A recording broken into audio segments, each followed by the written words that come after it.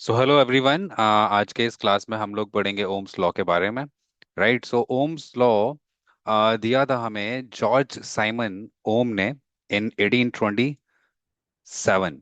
Right, जो कि electrical technology का, वर्ल्ड ऑफ इलेक्ट्रिकल इंजीनियरिंग का एक या कहें कि फिजिक्स का भी एक बहुत बेसिक फंडामेंटल प्रिंसिपल बन के सामने आया। इन्होंने क्या किया था, साइमन ओम सर ने, इन्होंने वोल्टेज और करंट के बारे में स्टडी की थी। राइट, वोल्टेज क्या है? वोल्टेज और करंट जो है वो किसी भी इलेक्ट्रिक सर्किट के बेसिक पैरामीटर्स हैं। तो इन्होंने क्या किया, इन्होंने वोल्टेज और करंट की स्टडी कैसे की कि इन्होंने एक लैंप लिया। राइट, और एक लैंप से ये कुछ काम कर रहे थे। राइट, तो उसकी ब्राइटनेस कम थी, उसको बढ़ाने के लिए इन्होंने लैंप के बैटरी को चेंज करना शुरू किया। स्टार्टिंग में जब बैटरी 12 वोल्ट की थी, ब्राइटनेस थोड़ा कम था, और इन्होंने करंट मेजर करके देखा, तो उस बल्ब के थ्रू जो करंट फ्लो कर रहा था वो था करीब 4 एम्पियर के आसपास। Okay, 4 amperes. इन्होंने थोड़ा सा बैटरी को इंक्रीज किया। इन्होंने इंक्रीज करके कर दिया उसको 27 वोल्ट्स। तो 27 वोल्ट की जब इन्होंने बैटरी ये लगाई, तब इन्होंने देखा कि ब्राइटनेस तो बल्ब की बढ़ी चुकी है। ठीक है, लेकिन साथ साथ जो करंट इन्होंने मेजर किया वो करंट भी बढ़ चुका है, और वो बढ़ के हो चुका है 9 एम्पियर। ओके, अब इनको लगा कि यार मैंने बैटरी बढ़ाई, यानी मतलब मैंने वोल्टेज को बढ़ाया तो करंट ऑटोमेटिकली बढ़ गया, ये कैसे हो सकता है? तो क्या वोल्टेज को कम करने से करंट कम होगा? तो इन्होंने कहा चलो देखते हैं। तो इन्होंने क्या किया, इस बार इन्होंने 18 वोल्ट्स की बैटरी लगा दी, और 18 वोल्ट की बैटरी लगाते ही करंट सीधा 9 से हो जाता है 6 एम्पियर। अब ये परेशान कि ये कैसे हो रहा है। इन्होंने कहा चलो और स्टडी करते हैं, एक और केस लेके देखते हैं। इन्होंने फर्दर रिड्यूस किया वोल्टेज को। तो रिड्यूस करके ये 9 वोल्ट लेके आते हैं। जब ये 9 वोल्ट करते हैं तो करंट हो जाता है 3 एम्पियर। यहां से साइमन ओम सर को एक साइन मिला। वो ये मिला कि कहीं ना कहीं वोल्टेज और करंट में कोई तो रिलेशन है। अगर मैं वोल्टेज को चेंज करता हूं तो करंट चेंज हो जाता है ना? तो इन्होंने कहा क्यों ना करंट को चेंज करके देख लिया जाए। तो आप लोग अपने 11th 12th के फिजिक्स की लैब में एक्सपेरिमेंट करते हो, ओम्स एक्सपेरिमेंट जिसको बोलते हैं। उसमें इन्होंने एक रियोस्टेट लिया, और एक रियोस्टेट की हेल्प से करंट को चेंज किया। देखो, बैटरी के वोल्टेज को चेंज करना सिंपल, आप बैटरी चेंज कर दो। राइट, या तो बैटरी बढ़ा दो या बैटरी कम कर दो, वोल्टेज चेंज हो जाएगा। करंट को कैसे चेंज करेंगे? तो उसके लिए लिया इन्होंने रियोस्टेट, जिसको हम कहते हैं वेरिएबल रजिस्टर। वेरिएबल रजिस्टर की मदद से इन्होंने रियोस्टेट से करंट की वैल्यू को कम ज्यादा करके देखा। तो जब इन्होंने करंट इंक्रीज किया तो वोल्टेज इंक्रीज हो गया, करंट रिड्यूस हुआ तो वोल्टेज रिड्यूस हो गया। अब इनका दिमाग घूमा, इन्होंने कहा चलो वोल्टेज को बढ़ाते हैं तो करंट बढ़ जाता है, वोल्टेज को बढ़ाते हैं तो करंट बढ़ जाता है, वोल्टेज को कम करते हैं तो करंट कम हो जाता है। तो कोई ना कोई रिलेशन तो है। लेकिन वो रिलेशन क्या है, ये निकालने के लिए इन्होंने यहाँ पे एक नई चीज निकाली, जो निकाला वी और आई का रेशियो। राइट, तो इन्होंने वोल्टेज अपॉन करंट ये रेशियो निकाल के देखा चारों केसेस के लिए। पहले केस में जब इन्होंने निकाला तो कितना आया, 12/4। इन्होंने देखा ये रेशियो आ रहा है 3, 4 3 12। फिर इन्होंने 27 और 9 वाली रीडिंग के लिए चेक किया, तो 27 और 9 के लिए भी ये कितना आया, 9 3 27, अगेन 3। फिर उन्होंने 18 और 6 के लिए भी कैलकुलेट किया, तो 18 और 6 के लिए आया अगेन 3, 6 3 18। और 9 और 3 के लिए जब किया तो वो भी कितना आया, 3। तो अल्टीमेटली ओम सर को यहाँ से एक एक्सप्रेशन मिलता है, और वो एक्सप्रेशन इस एक्सपेरिमेंट की मदद से ये मिलता है कि V upon I is equal to constant. यानी वोल्टेज और करंट का जो रेशियो है वो हमेशा नियत होगा। और इस कांस्टेंट को हमारे ओम सर ने, साइमन ओम सर ने नाम दिया था रेजिस्टेंस का, जिसको हम आर से मेंशन करते हैं। राइट, तो अब इसके बाद ओम सर को लगा कि क्यों ना एक स्टेटमेंट ही दे दिया जाए, इतना बड़ा एक्सपेरिमेंट तो कर लिया। तो अब इन्होंने दिया एक एक्सपेरिमेंट जिसको हम कहते हैं Ohm's statement, Ohm's law statement. और इन्होंने स्टेट किया कि it states that, Ohm's law states that the current flowing through a conductor is directly proportional to the potential difference, यानी वोल्टेज अप्लाइड अक्रॉस इट, मी provided that all physical conditions such as pressure, temperature and dimensions of conductor remains unchanged। ये तीन चीजें यहाँ पे बहुत important है।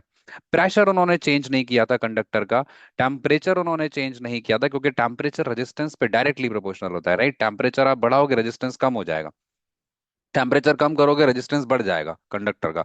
तो उन्होंने टेम्परेचर को कांस्टेंट रखा था, प्लस कंडक्टर के जो डायमेंशंस थे, लेंथ, ब्रेथ और एरिया ऑफ क्रॉस सेक्शन, वो सारा उन्होंने कांस्टेंट रखा था। राइट, अपनी एक्सपेरिमेंट में। तो ये चीज को इन्होंने मेंशन कर दिया स्टेटमेंट के अंदर भी। कि भाई आपको ये सारी चीजें कांस्टेंट रखनी है। अगर ये सब चीजें कांस्टेंट है तो कंडक्टर के अंदर फ्लो करने वाला करंट यानी आई हमेशा समानुपाती होगा, डायरेक्टली प्रोपोर्शनल होगा किसके, उसके प्रति, उसके अक्रॉस अप्लाई किए हुए वोल्टेज के। That is I is always proportional to we.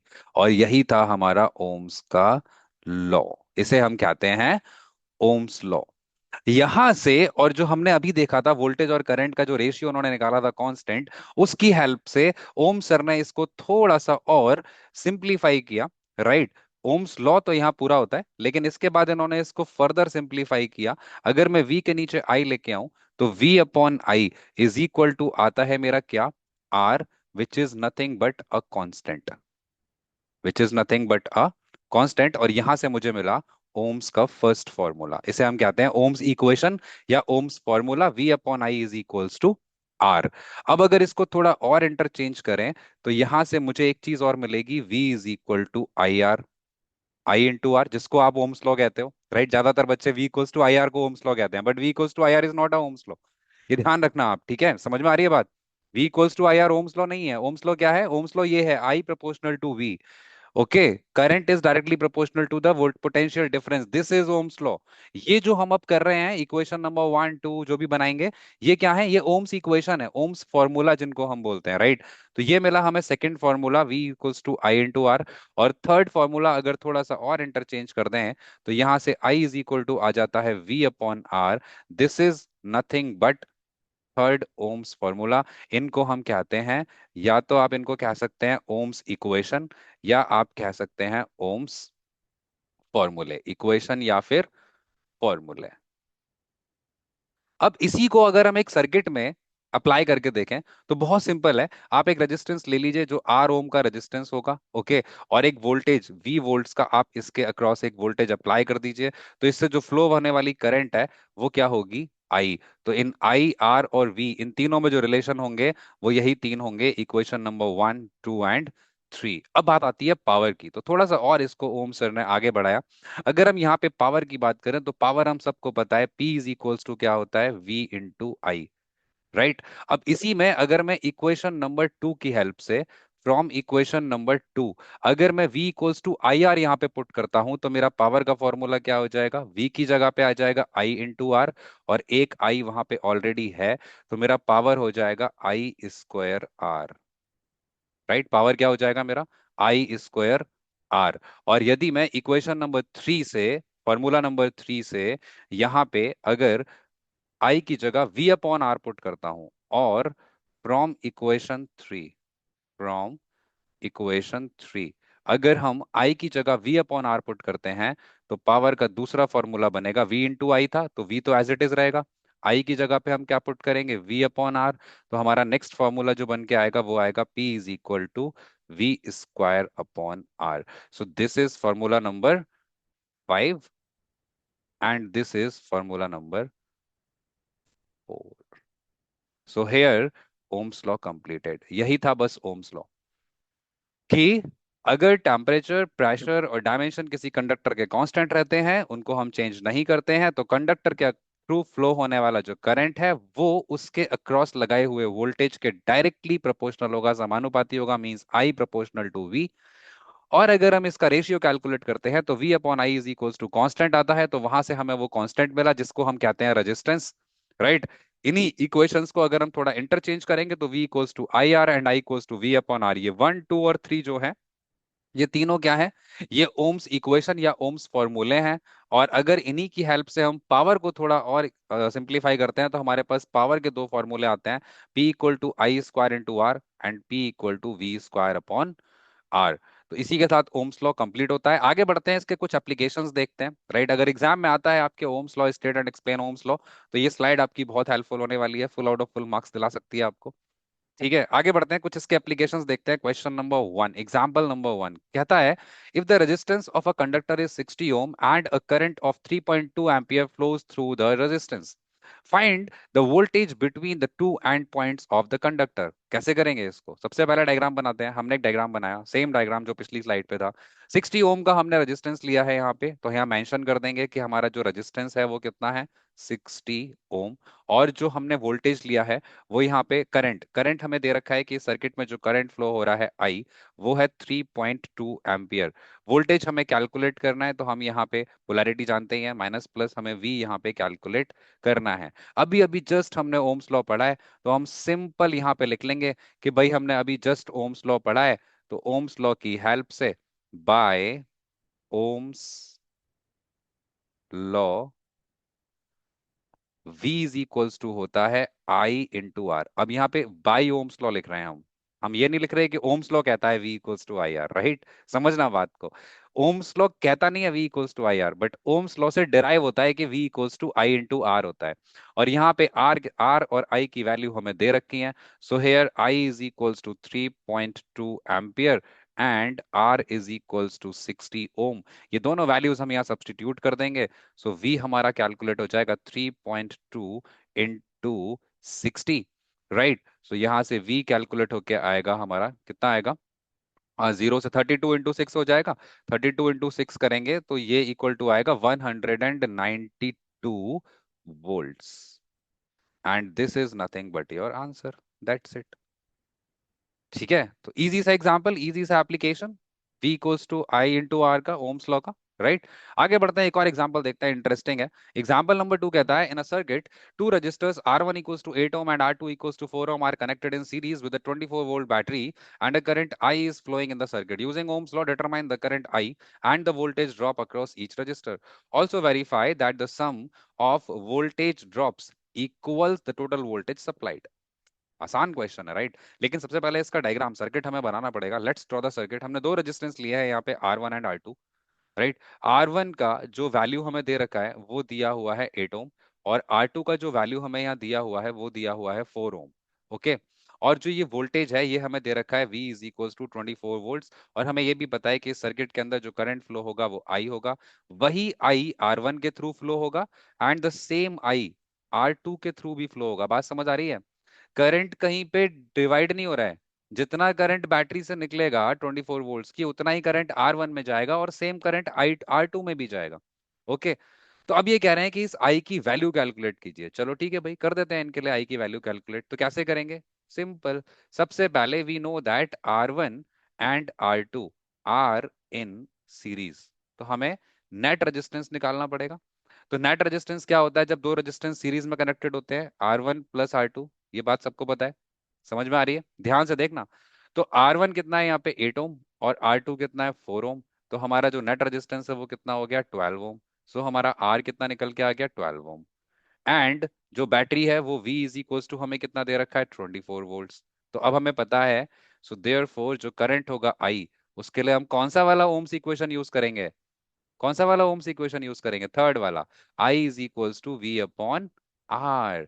यहाँ पे V का वैल्यू कितना है, 24, R का वैल्यू कितना है, 12। तो मेरा जो I निकल के आएगा वो कितना आएगा, 12 टू जार 24, सो इट्स 2 एम्पियर।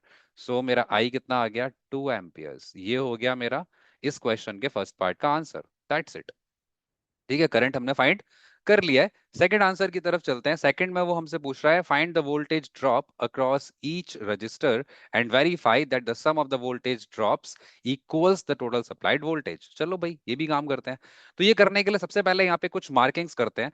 इस रेजिस्टेंस के अक्रॉस जो वोल्टेज ड्रॉप होगा वो होगा V1, राइट? और इस रेजिस्टेंस के अक्रॉस जो वोल्टेज ड्रॉप होगा वो होगा V2। अब ये V1 V2 कैसे निकलेंगे? ये निकलेंगे ओम्स लॉ की फर्स्ट इक्वेशन से, V equals to I into R से, राइट? तो V equals to I into R लगाने के लिए हमारे पास रेजिस्टेंस यहाँ पे है R1, यहाँ पे भी रेजिस्टेंस है R2, दोनों वैल्यूज हमें पता है। और I, इसमें भी I इतना ही है और उसमें भी इतना ही है, जो कि हम ऑलरेडी कैलकुलेट कर चुके हैं, राइट? तो V1 V2 बहुत इजीली फाइंड आउट हो जाएंगे। Let's find out V1 and V2। तो यहां से नाउ जो V1 होगा, यानी वोल्टेज ड्रॉप अक्रॉस रेजिस्टेंस 1, वो कितना हो जाएगा? करंट कितना है I, और रेजिस्टेंस कितना है R1। तो I मैंने कैलकुलेट ऑलरेडी कर लिया है, 2 एम्पियर, और R1 का वैल्यू है मेरा 8 ओम। तो V1 इज इक्वल्स टू आ जाएगा 16 वोल्ट। एंड अगर मैं V2 फाइंड करूं, तो V2 होगा, करंट कितना है I और रेजिस्टेंस कितना है R2। करंट वही है 2 एम्पियर, रेजिस्टेंस है इस बार 4 ओम, तो ये हो जाएगा 8 वोल्ट्स। अब ये चीज हो चुकी, करंट हमने फाइंड कर लिया, एंड हमने वोल्टेज ड्रॉप्स भी फाइंड कर लिए हैं दोनों रजिस्टर्स के अक्रॉस। अब थर्ड चीज रह गई है, वी हैव टू वेरीफाई, हमें वेरीफाई करना है कि जो वोल्टेज ड्रॉप्स का सम है वो टोटल सप्लाइड वोल्टेज यानी 24 वोल्ट्स के इक्वल है। तो कैसे वेरीफाई करेंगे? बहुत इजी है, राइट। वेरीफाई करने के लिए, सो नाउ अब आप क्या करेंगे, अब आप V1 प्लस V2 को ऐड करके देखेंगे। तो V1 plus V2 is equal to हो जाएगा आपका 16 + 8 is equals to 24 volts, which is equal to your supplied voltage, hence verified, खत्म। Which is equal to your supplied voltage. अब आप क्या लिख देंगे? Hence verified. और इसी के साथ आपका ये आंसर कंप्लीट हो जाएगा। तो उम्मीद करता हूँ सबको समझ में आया होगा। ओके, इजी है। All right, so that's it for today. आज के लिए इतना ही। आज के सेशन में हमने ओम्स लॉ सीखा, ओम्स लॉ के एप्लीकेशंस देखे, दो अलग अलग टाइप के न्यूमेरिकल्स में पूरा एक्सप्लेनेशन देखा विद स्टेटमेंट। तो thanks for watching. Please like and subscribe for more other sessions. Thank you so much.